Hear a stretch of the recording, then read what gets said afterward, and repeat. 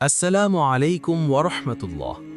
আজ আমরা শুনব এক শিহরণ জাগানো ইতিহাস, যে ইতিহাসে রয়েছে ভালোবাসা, ষড়যন্ত্র আর আল্লাহর অলৌকিক হেফাজত।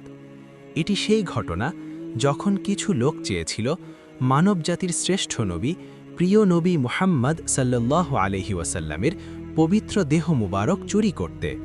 কিন্তু আল্লাহ কি তার হাবিবকে রক্ষা করেননি? চলুন ফিরে যাই শত শত বছর আগের মদিনা নগরীতে।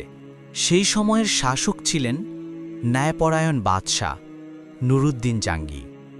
এক রাতে তিনি স্বপ্নে দেখলেন নবী করিম সাল্লাল্লাহু আলাইহি ওয়াসাল্লাম দুই ব্যক্তির দিকে ইশারা করে বলছেন, আমাকে এদের থেকে রক্ষা করো। বাদশাহ জেগে উঠলেন আতঙ্কিত হৃদয়ে। তিনি আবার ঘুমালেন। আবার একই স্বপ্ন, তৃতীয়বারও একই দৃশ্য। তিনি বুঝলেন এটি আল্লাহর পক্ষ থেকে সতর্কবার্তা। অবশেষে ধরা পড়ল সেই দুই ব্যক্তি। উন্মোচিত হল গোপন সুড়ঙ্গ। রওজা মুবারাকের দিকে এগিয়ে যাচ্ছিল সেই পথ। কিন্তু আল্লাহ তার হাবিবকে রক্ষা করলেন।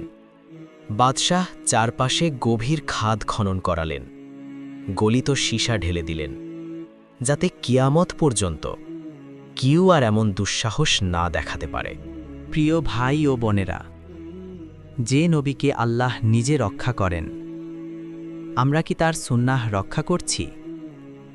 চলুন আজ অঙ্গীকার করি, আমরা নবীজির ভালোবাসাকে জীবনে বাস্তবায়ন করব। আল্লাহুম্মা সাল্লি আলা সাইয়্যিদিনা মুহাম্মদ ওয়াসাল্লাল্লাহু আলাইহি ওয়াসাল্লাম।